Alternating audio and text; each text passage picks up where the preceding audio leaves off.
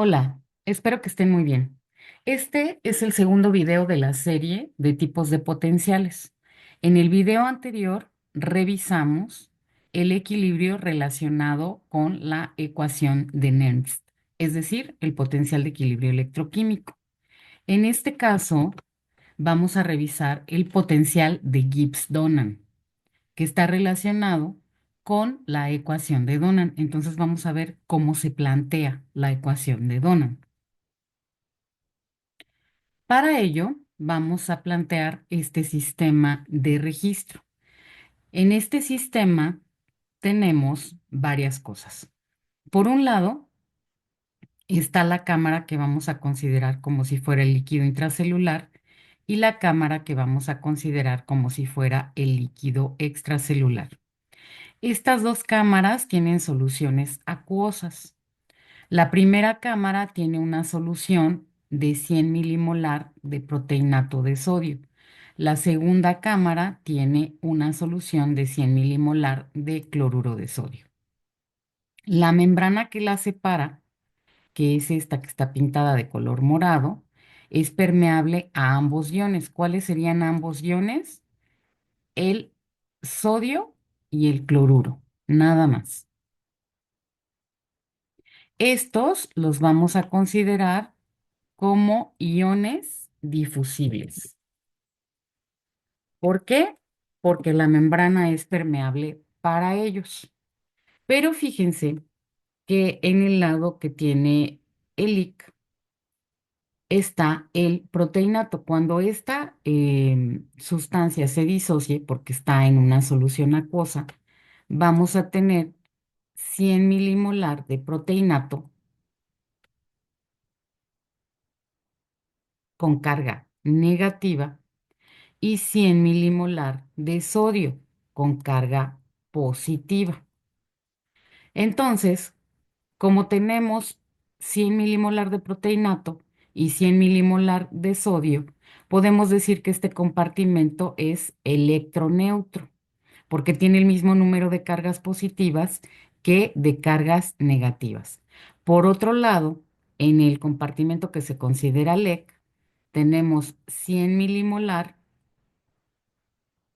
de sodio, de ion sodio, y 100 milimolar de cloruro, que también es un compartimento electroneutro. ¿Por qué razón? Porque tiene el mismo número de cargas positivas que de cargas negativas.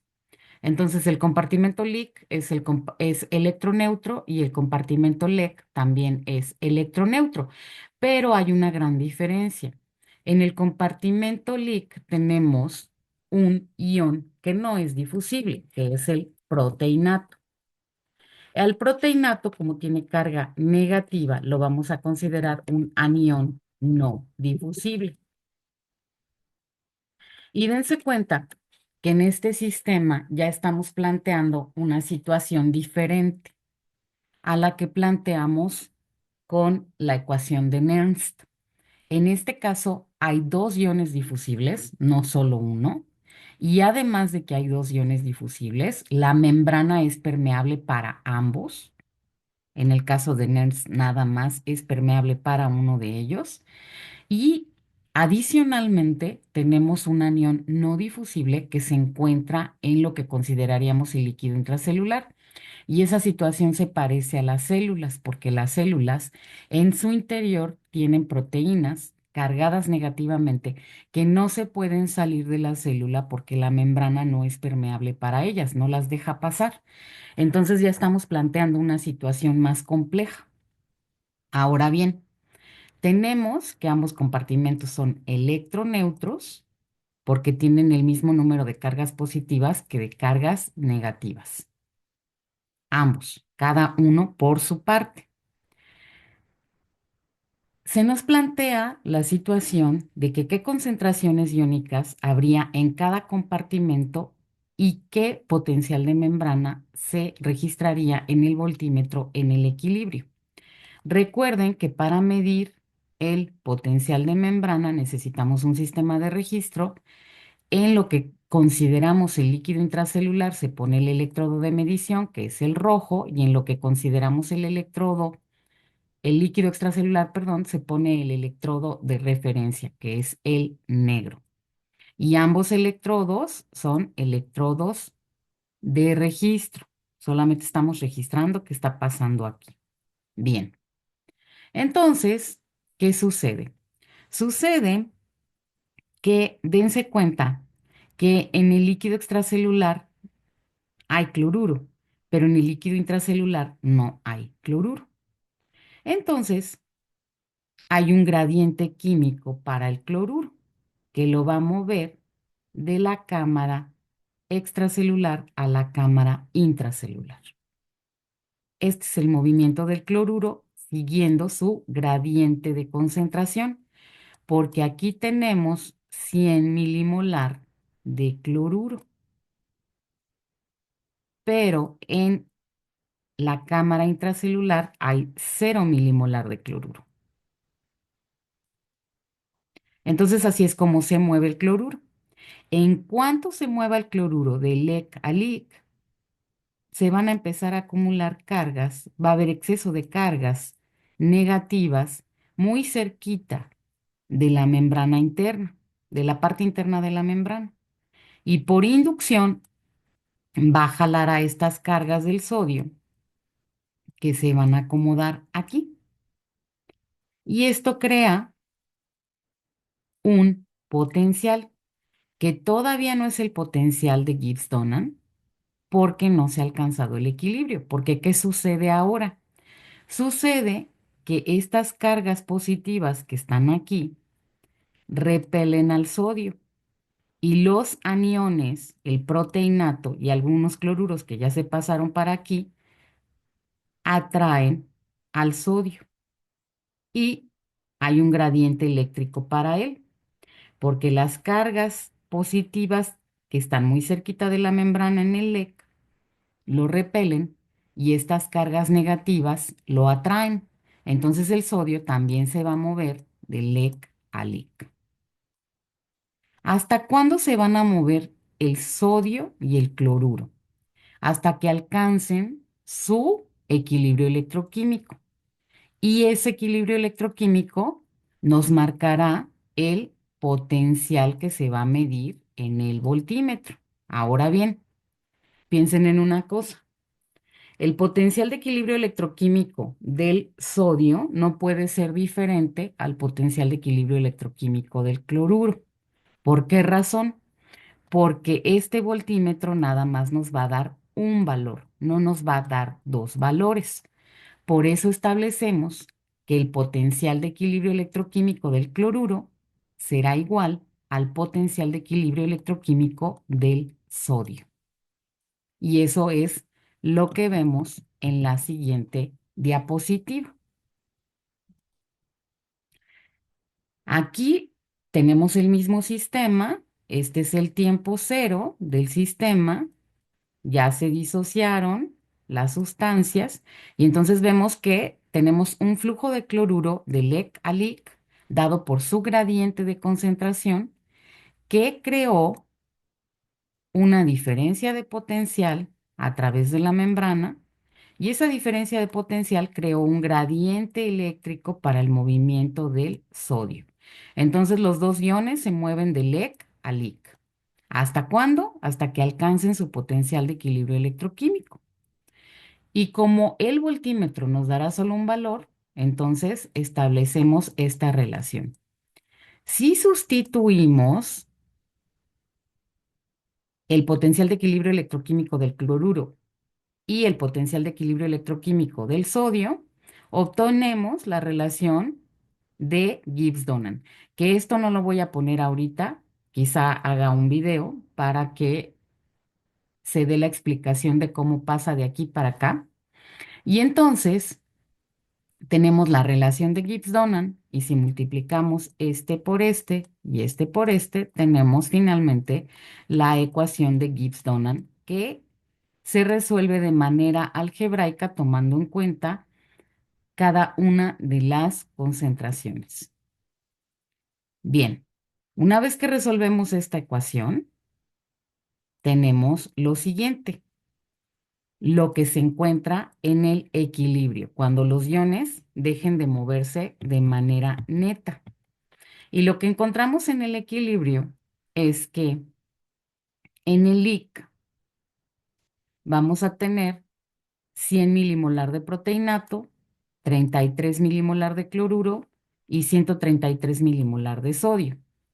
Y del lado del LEC vamos a tener 67 milimolar de cloruro y 67 milimolar de sodio. Dense cuenta que los aniones difusibles se concentran en donde está el anión no difusible. Ahí es donde están más concentrados. ¿Y eso qué quiere decir? Que este anión modifica la forma en la que se mueven los iones difusibles. Este que observamos aquí es el potencial de Gibbs-Donan y ese potencial tiene un valor siempre aproximado de 18 milivolts. Aquí tenemos 17.8 milivolts, pero siempre es un valor aproximado a 18 milivolts. Ahora bien, ¿qué observamos? Que en el LEC tenemos un mayor número de, perdón, un menor número de partículas osmóticamente activas, por lo tanto tenemos menor osmolaridad. Y en el LIC, como ahí se concentraron los iones difusibles, tenemos un mayor número de partículas osmóticamente activas, es decir, una mayor osmolaridad. Para calcular la osmolaridad, simplemente tendríamos que sumar en el LEC 67 más 67 y en el LIC 100 más 33 más 133. Pero es obvio que la solución LIC es hiperosmolar con relación a la solución LEC. Por lo tanto, habría un flujo de agua de LEC a LIC. Y este flujo de agua podría destruir el sistema, podría destruir la célula si esta fuera una célula. Por lo tanto, existe la necesidad de que haya transporte activo primario y transporte activo secundario. Recuerden que el transporte activo primario son las bombas de iones y el transporte activo secundario son los importadores, que pueden ser cotransportadores o antiportadores. ¿Para qué? Para sacar el exceso de cargas del líquido intracelular y que no haya fenómenos osmóticos. Entonces, esto es el potencial de Gibbs-Donan. ¿Para qué sirve estudiarlo?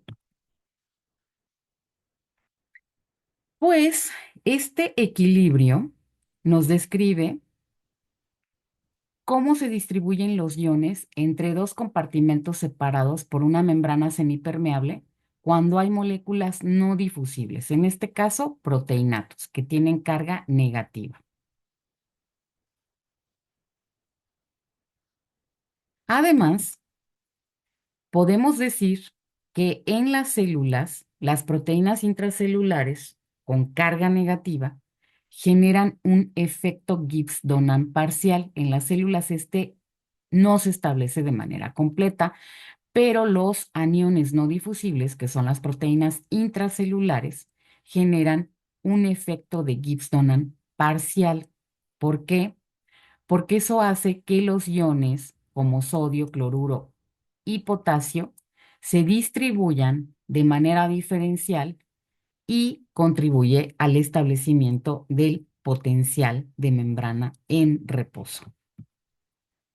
El equilibrio de Gibbs-Donan en las células no se alcanza. ¿Por qué no se alcanza? Porque hay mecanismos activos, como cuáles, como la bomba de sodio-potasio. Y esta bomba, recuerden que está funcionando siempre. Y como siempre funciona, entonces mantiene los gradientes iónicos lejos del equilibrio. ¿Por qué razón? Porque a una célula le costaría muchísima energía revertir el equilibrio de los iones. Para que las señales eléctricas se generen, los iones no tienen que alcanzar su equilibrio. Precisamente entre más diferencia haya entre el potencial de membrana en reposo y el potencial de equilibrio electroquímico del ion, más se mueve un ion. Y ese es el sustento de las señales eléctricas. Entonces, la bomba de sodio-potasio, como siempre está sacando iones y metiendo iones, entonces contribuye a que este equilibrio no se genere de manera completa. Y finalmente, estudiar el equilibrio de Gibbs-Donan nos permite comprender por qué los mecanismos activos son esenciales para la vida. Porque sí se pueden establecer potenciales, pero esos potenciales, así como lo vimos en este equilibrio, causarían la destrucción del sistema porque entraría agua. Entonces también eso nos permite explicar por qué la bomba de sodio-potasio es indispensable para evitar el colapso osmótico de la célula, es decir, la entrada de agua. Y eso es todo por el momento con relación al equilibrio de Gibbs-Donan. Pero viene la tercera entrega de la serie que tiene que ver con el potencial de membrana en reposo. Gracias por su atención. Que tengan un lindo día.